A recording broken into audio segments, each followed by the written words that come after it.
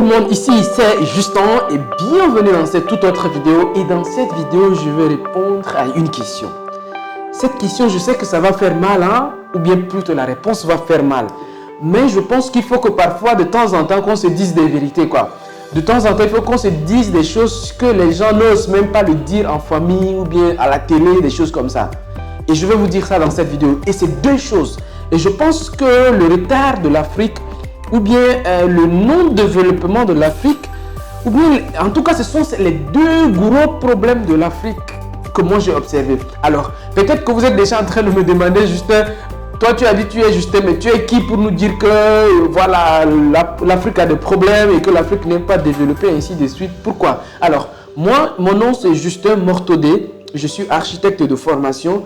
Je suis également entrepreneur et conférencier international. J'ai animé des conférences dans plusieurs pays en Afrique. Il y a même pas les 6 derniers mois, j'ai parcouru un peu l'Afrique. J'ai fait une dizaine de pays. Donc, je connais un peu partout où je suis passé. J'observe en fait. Et en observant, je me suis rendu compte que en fait, surtout l'Afrique francophone, et un peu partout, même l'Afrique anglophone, parce qu'à Addis Abeba, en Éthiopie, ainsi de suite, même au Maroc où je suis passé, en fait, j'ai vu certaines choses et je me suis rendu compte que plus ou moins, en fait, ça, ce sont des problèmes qui sont plus ou moins propres à l'Afrique et surtout en particulier l'Afrique francophone. Et je vais vous dire ça dans cette vidéo. Voilà, donc si vous venez de découvrir ou bien découvrir cette chaîne, je vous invite déjà à vous abonner à la chaîne et d'activer la cloche de notification pour rejoindre les milliers de personnes déjà abonnées à cette chaîne. Et également, mon équipe et moi avons écrit un livre qui contient 33 idées de business. Et dans cet e-book, vous allez voir que chaque idée est détaillée. Et il suffit de prendre, quand vous allez télécharger, vous allez voir, il suffit de prendre une idée. Et derrière une idée, il y a un plan d'action qui vous permet de prendre une idée, de passer automatiquement à l'action. Ça se passe dans la barre de description. Alors, une petite information également, nous sommes en train d'ouvrir le centre Vivre et Réussir en Afrique, bientôt à Dakar. Donc, si vous voulez vous former en tout ce qui est business, ainsi de suite, préparez-vous. Les jours qui suivent, on va vous donner encore plus d'informations sur ce que nous sommes en train de préparer ici à Dakar. Ça va être un centre de formation et d'investissement pour tous les Africains qui soient en Afrique ou bien en dehors de l'Afrique. Alors, ce que je vous disais récemment, en fait, le plus gros problème, ou bien en tout cas le plus grand obstacle de l'Afrique que moi j'ai observé, c'est la mendicité. La mendicité, peut-être les gens vont dire que, bon, Justin, tu penses que rien que la mendicité peut retarder l'Afrique, mais bien sûr, tout va de là en fait. On vous dit souvent que le poisson pourrit de la tête. Et quand quelqu'un arrive, la mendicité c'est ça, il faut comprendre ça comme ça.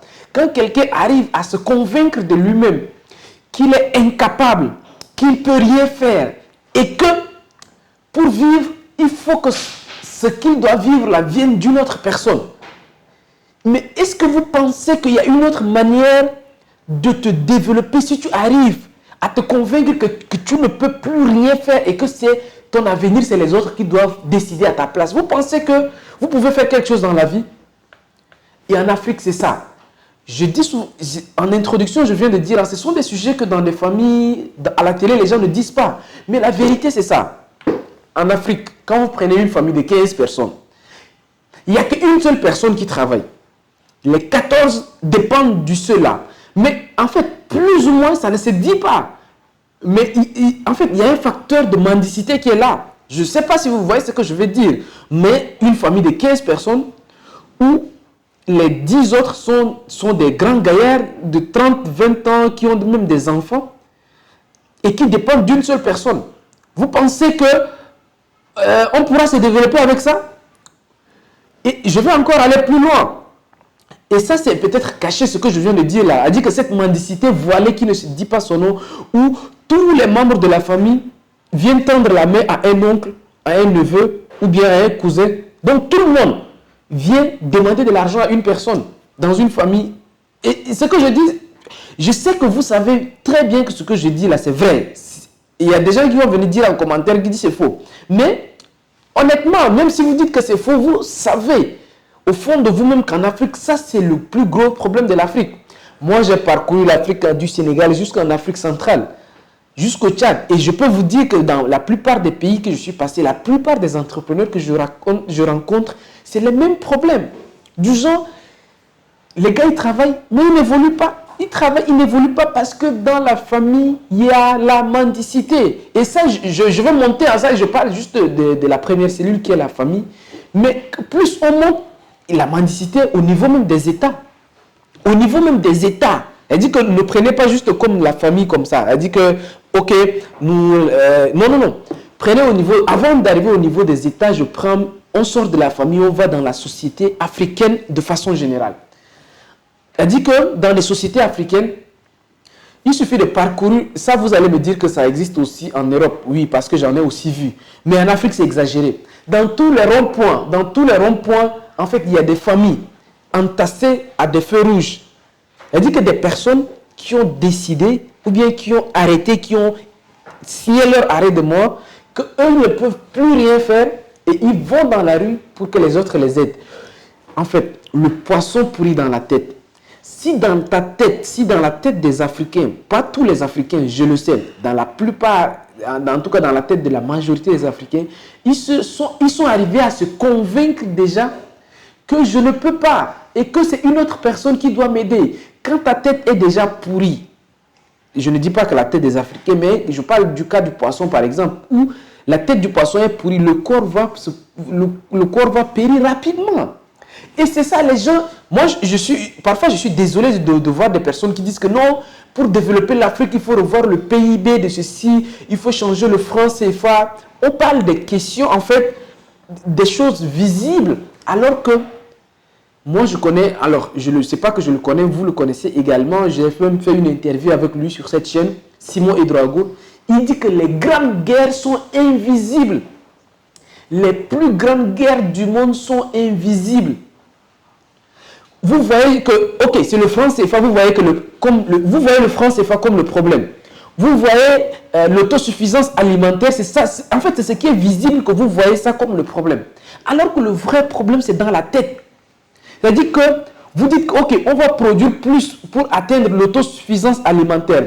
Et il y a une petite majorité, une petite partie de la population qui va se mettre à travailler dur pour l'autosuffisance alimentaire, alors qu'une grande partie n'est même pas au courant ou bien n'est même pas conscient du combat que les autres sont en train de mener. C'est ça la mendicité. C'est-à-dire qu'il y a des gens qui ne sont même pas au courant, ou bien elle dit que dans la tête c'est déjà pourri. Elle dit que les efforts que vous êtes en train de faire là, plus vous faites d'efforts, plus vous augmentez seulement le nombre de mendiants. Elle dit que vous augmentez. Et quand je dis mendiants là, ce n'est pas forcément des gens qui viennent tendre la main dans la rue. Dans les familles, il y a des mendiants. Elle dit que c'est simple. Vous allez me dire, mais là, Justin, définis un moyen. C'est lui. Alors, il y a 3 niveaux. Il y a 3 niveaux d'aide. Je suis d'accord qu'il faut aider les gens. Il y a 3 niveaux d'aide. Hein. Il y a les enfants, des personnes qui sont improductifs. Eux, il faut les aider pour qu'ils grandissent. Mais ça, c'est un investissement parce que c'est l'avenir du pays. C'est des gens qu'il faut aider. Les vieillards, des personnes de 3e âge qui ne travaillent plus, qui sont inactifs, c'est des personnes également qu'il faut aider parce que ce sont des personnes qui ont déjà travaillé pour le pays. Donc, ces personnes-là, naturellement, on doit les donner une assistance. Il y a des personnes qui sont actives, ils ne sont ni enfants ni vieillards, mais ils sont dans la tranche active. Sauf que ce sont des personnes qui ont besoin de l'aide pour avancer. En tout cas, ils ont besoin, tout le monde a besoin à un moment donné pour qu'on le soutienne, pour qu'il avance. Ça, je suis totalement d'accord. Mais quand l'aide, toute ta vie, elle dit que tu es même adulte, toute ta vie, c'est aide. Enfant, on t'a aidé. Tu grandis, tu ne produis pas. Tu es encore aidé. Mais tu es mendiant. Elle dit que tu n'es plus un enfant, tu as plus de 18 ans et tu es actif de surcroît. Et dans ça, on doit t'aider. On doit te donner chaque jour à manger parce que toi-même, tu ne produis pas. Tu es improductif. Pourtant, tu es actif. Tu es un jeune actif. Tu n'es ni un enfant, ni un vieillard, mais tu es actif. Mais dans ça, là, c'est des gens qui doivent s'occuper de toi. Mais tu es mendiant parce que ce que tu consommes, là, tu n'arrives pas à produire ce que tu... En fait, tu consommes ce que tu n'es pas capable de produire. C'est ça. Et c'est ça le problème des Africains. Les Africains consomment ce qu'ils ne sont pas à mesure de produire. C'est ça, en fait. Moi, je trouve que beaucoup de gens vont se rendre compte de ce que je suis en train de dire, mais c'est ça le problème. Il faut qu'en Afrique, on arrive à un moment donné où on produit plus, ou bien le nombre de personnes qui produisent. Il y a plus de producteurs que de consommateurs. Mais quand il y a plus de consommateurs que de producteurs, c'est-à-dire qu'il y a plus de mendiants, c'est-à-dire des gens qui ne font rien et qui veulent qu'on les assiste, sont plus nombreux que ceux qui produisent. Vous pensez que l'Afrique va se développer? C'est ça la vérité en fait. Donc, moi je trouve que la première chose, c'est ce que nous autres on fait. Nous sommes de plus en plus nombreux. On est en train de dire aux jeunes de se réveiller en fait. Parce que les autres États ne vont jamais venir. Et entre les États, vous êtes encore... En fait, vous croyez encore qu'entre les États, il y a des amis? Vous pensez que la Chine va venir aider l'Afrique à se développer? Vous pensez que la Chine va venir aider l'Afrique à le dépasser? Ou bien la France va venir aider l'Afrique à dépasser la France? Vous pensez vraiment un jour que la France viendra aider l'Afrique pour que l'Afrique se développe plus que la France? Ce n'est pas possible. Il faut que c'est nous les Africains en fait. Ça, c'est le plus gros problème que j'ai observé dans la plupart des États. Les États même sont mendiants. Et ça, c'est ça le deuxième point en fait. C'est la dette. La dette en Afrique, là, on n'a rien compris de la dette. La dette, en fait, il y a des gens qui sont devenus riches grâce à la dette. Mais en Afrique, en fait, c'est un piège. On est tombé dans le piège de la dette. Je ne parle même pas des dettes des États. Là, n'en parlons pas du tout. N'en parlons pas. La dette des États, n'en parlons pas. Mais la dette même, elle dit qu'un jeune qui commence à travailler seulement là, il est endetté jusqu'au cou. Parce qu'ils doivent nourrir plusieurs personnes dans la famille, ainsi de suite, ainsi de suite. Franchement, la dette, non. Et surtout, je sais qu'il y a dans presque tous les pays, mais au Sénégal, je n'ai pas vu un pays où les gens sont aussi autant endettés. Elle dit que je ne parle pas des États, je parle des familles comme ça. Elle dit que non. Moi, un jour, j'ai un ami comptable, il est comptable dans une banque ici. Je suis allé dans son bureau, causer, et il a commencé à m'expliquer un peu. Il dit que Justin, lui, parfois, il est dépassé. La plupart des entreprises sénégalaises, les grosses entreprises sénégalaises, sont tous endettées à coût des milliards. Tu prends les employés, les salariés, tout le monde est endetté. Tu prends les États, tout le monde est endetté. Et puis, c'est pas... En fait, c'est là où je dis que ce ne sont pas des dettes qui rendent riches, en fait. Parce que les États comme la France, l'Allemagne, les plus grosses puissances, même là, en fait, ce sont des États qui sont endettés. Mais leur dette, c'est une dette de développement, une dette d'investissement. Mais en Afrique, quand tu prends un jeune, la dette qu'il a prise, c'est pour faire quoi? C'est pour se marier avec. Une dette pour se marier, d'accord, je ne suis pas contre le fait qu'on se marie. Une dette pour changer la télé, une dette pour... Et puis, ce ne sont pas des dettes d'investissement. Et c'est la même chose de nos États. Hein. Les dettes qu'ils prennent là, quand vous analysez bien, ce n'est pas des dettes qui permettent le développement des États. C'est ça le problème. Moi, en tout cas, ce que j'ai observé en profondeur dans la plupart des pays africains, ce sont ces deux-là.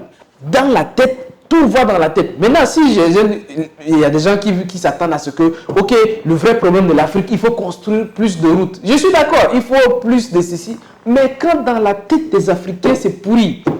Elle dit que en fait, je ne suis pas vraiment en train d'insulter les gens, mais je prends juste l'analogie, quoi. Elle dit que quand dans la tête, le combat, nous avons accepté la défaite déjà dans la tête. Donc, ce qui veut dire que tout ce qui va venir après, ça va être juste des alibis, quoi. C'est pour cela, moi, je trouve que le vrai combat, c'est le combat mental d'abord et psychologique, en fait. C'est les mentalités que nous devons d'abord changer. Arrêtez de croire que notre sauveur va venir d'ailleurs et que nous allons tout le temps tendre la main pour que les gens viennent d'ailleurs nous aider et que les gens qui nous prêtent de l'argent là, ils veulent notre développement. C'est faux. Vous avez vu ce qui s'est passé avec la Chine, avec la Sri Lanka. Les gars, ils ont endetté la Sri Lanka jusqu'à le pays arrive à un niveau donné, il ne pourra même plus. C'est-à-dire que si on vivait 1 milliard d'années, la Sri Lanka ne pourra jamais rembourser ses dettes face à la Chine. Et la Chine, qu'est-ce qu'il demande? Il dit, c'est comme ça, on va prendre le pays. C'est ce qui va se passer un jour en Afrique. En tout cas, sur la Chine, je vais faire même une vidéo pour vous dire comment la stratégie de la Chine qu'il est en train d'amener en Afrique, là, vous allez voir. Les amis, merci beaucoup d'avoir regardé cette vidéo jusqu'à ce niveau. Quant à moi, je vous invite à partager cette vidéo dans le maximum de groupes. On se dit à très bientôt sur la chaîne Vivre et Réussir en Afrique. Au revoir et ciao.